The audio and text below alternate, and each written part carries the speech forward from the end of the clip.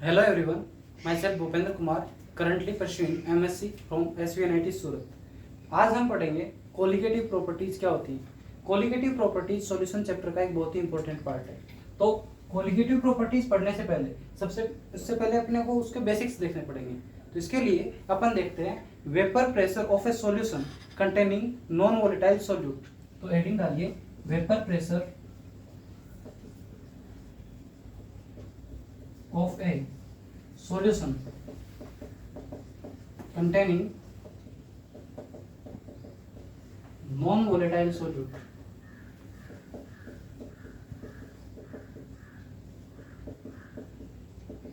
तो देखिए अपने पास क्या होता है, एक सॉल्यूशन होता है। सॉल्यूशन के अंदर दो पार्ट होते हैं, एक तो होता है सॉल्वेंट और एक होता है सोल्यूट। यहां पे हम क्या लेने वाले हैं, यहाँ पे अपन नॉन वोलेटाइल सोल्यूट लेंगे और वोलेटाइल सॉल्वेंट लेंगे। तो सॉल्वेंट कैसा होगा अपना, वोलेटाइल। वोलेटाइल मींस जिसकी वेपर बन सकती है। सोल्यूट अपन लेने वाले नॉन वोलेटाइल, इसकी वेपर नहीं बन सकती है। जो वोलेटाइल सॉल्वेंट होते हैं वो जनरली लिक्विड होते हैं। Liquid for example CH3OH, H2O, ये जो है लिक्विड वोलेटाइल सॉल्वेंट्स हैं।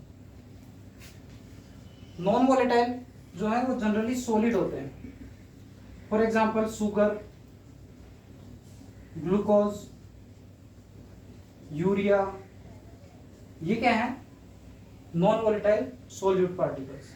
अगर मैं इस सॉल्वेंट के अंदर जो कि वोलेटाइल है, इसके अंदर non volatile solute particle add करूं तो क्या इफेक्ट आएगा, वही देखने वाले हैं हम अभी। चलिए देखते हैं।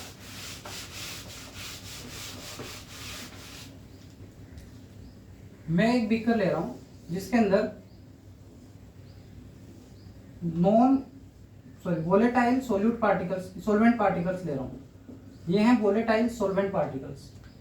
तो क्या इसकी वेपर बनेगी? हाँ, वेपर बनेगी क्योंकि ये वोलेटाइल है। अब मैं इसमें बी जो कि नॉन वोलेटाइल सोल्यूट पार्टिकल है,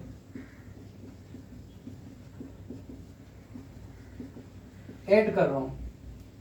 अगर मैं इसको ऐड करता हूं तो क्या होगा, देखिए यहाँ पे जो B है वो भी जगह ऑक्यूपाई कर लेगा सरफेस के ऊपर। तो किस तरह से जगह ऑक्यूपाई करेगा वो देखिए, A भी रहेगा वहां पे, B भी रहेगा। तो दोनों सोल्यूट और सॉल्वेंट जो है वो सरफेस के ऊपर रहेंगे। तो इसके कारण क्या होगा, जो B के नीचे सॉल्वेंट पार्टिकल्स हैं जो कि वोलेटाइल है, उसकी वेपर नहीं बन पाएगी। तो यहाँ पे वेपर बनने में दिक्कत होगी, तो यहाँ पे वेपर कम बनेगी। तो अपन कह सकते हैं कि यहाँ पे वेपर ज्यादा बनेगी, यहाँ पे वेपर कम बनेगी।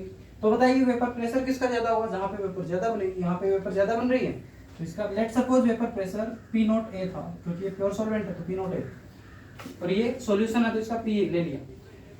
तो अब P0A और PA को कंपेयर करें तो कौन ज्यादा होगा, P0A या PA? P0A ही ज्यादा होगा, क्योंकि वहां पे वेपर कम बन रही है, इसलिए वेपर प्रेशर कम होगा।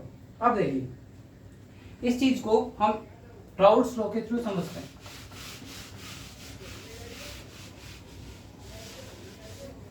राउल्ट्स लॉ क्या बोलता है,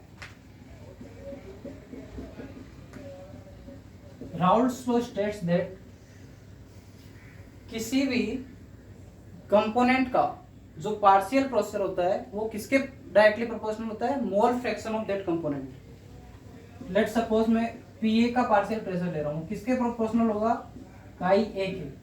काई A क्या है, mole fraction of that component. तो PA is equal to P0A into chi A।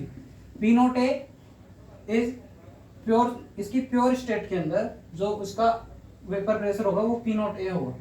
तो PA is equal to P0A। यहाँ मैं काई B को क्या लिख सकता हूँ, 1 माइनस काई B। मोल फ्रैक्शन टोटल जो होता है 1 होता है इसकी। तो PA is equal to P0A minus P0A into chi B।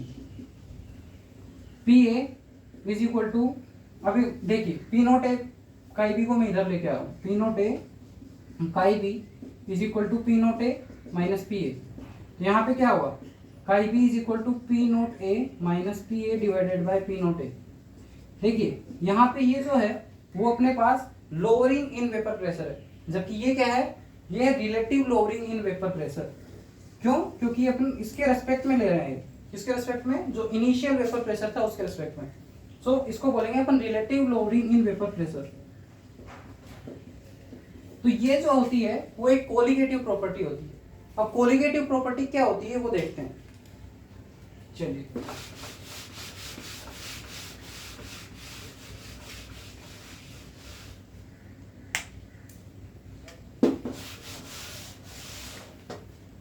Colligative property,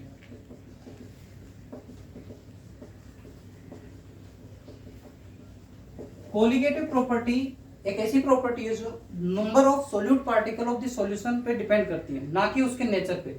so colligative property is the property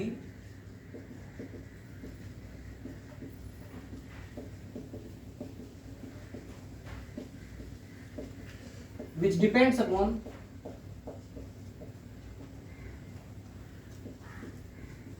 number of solute particles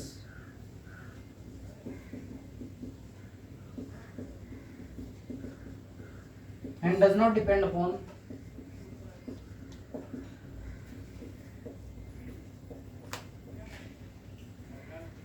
nature of solute particle.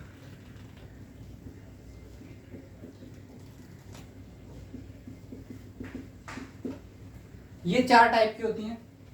First है relative lowering in vapour pressure, जो कि अभी हमने देखा।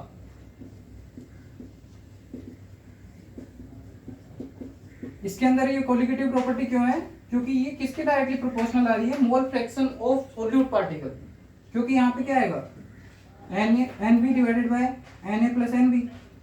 तो ultimately यहाँ पे क्या आ रहा है? Number of moles of solute particle. तो relative lowering in vapour pressure is directly proportional to number of moles of solute particle. इसलिए ये क्या है? एक कोलिगेटिव प्रॉपर्टी। सेकेंड जो होती है वो elevation in boiling point.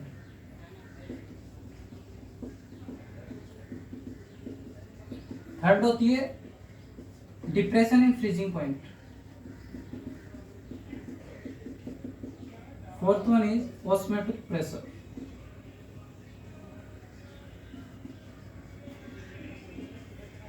Osmotic pressure. अभी देखिए यहाँ पे एलिवेशन इन बॉइलिंग पॉइंट क्या होता है? Elevation in boiling point is, इसको समझने के लिए पहले बॉइलिंग पॉइंट देखते हैं। तो बॉइलिंग पॉइंट वो टेम्परेचर होता है जिसपे कोई भी सॉल्यूशन बॉइल करना स्टार्ट करता है, या फिर इसको हम ऐसे बोल सकते हैं कि boiling point is the temperature at which the vapour pressure of the solution will become equal to the atmospheric pressure, is called boiling point. So boiling point के साथ अपन देखते हैं एलिवेशन इन बॉइलिंग पॉइंट क्या होता है। तो इसको अपन एक ग्राफ के थ्रू समझते हैं। एलिवेशन इन बॉइलिंग पॉइंट को समझने के लिए अपन देखते हैं कि यहाँ पे ये क्या है? ये ग्राफ बना रहा हूं जो मैं वेपर प्रेशर और टेम्परेचर के बीच में। Vapour pressure of this solution, solvent, pure solvent is more than solution because it contain non-volatile solute particles. That's why the solution का जो है वो वेपर प्रेशर डिक्रीज हो जाता है। अब यदि मैं 1 एटमॉस्फेरिक टेम्परेचर प्रेशर यहाँ पे ले रहा हूँ तो इसके इक्वल लाने में कितना टेम्परेचर लगेगा? वही इसका बॉइलिंग पॉइंट होगा।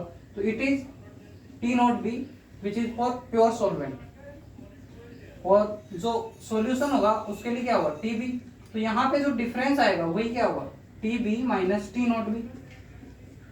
ये हो गया डेल्टा TB। अब यहाँ पे देखिए जो सॉल्यूशन के लिए जो वेपर प्रेशर है, जो बॉइलिंग पॉइंट है वो ज्यादा है, इसलिए यहाँ पे क्या हो रहा है? एलिवेशन इन बॉइलिंग पॉइंट हो रहा है।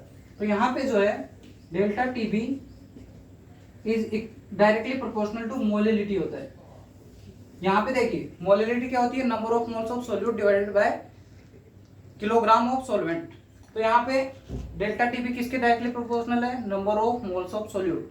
तो ultimately it is also a colligative property. यहाँ पे यदि मैं डायरेक्टली प्रोपोर्शनल हटाता हूँ तो delta TB is equal to KB into M। Here KB is molar elevation constant या ebullioscopic constant. The unit of KB is equal to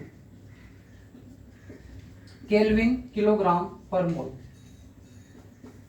So we have studied relative loading in vapor pressure and elevation in boiling point. Thank you.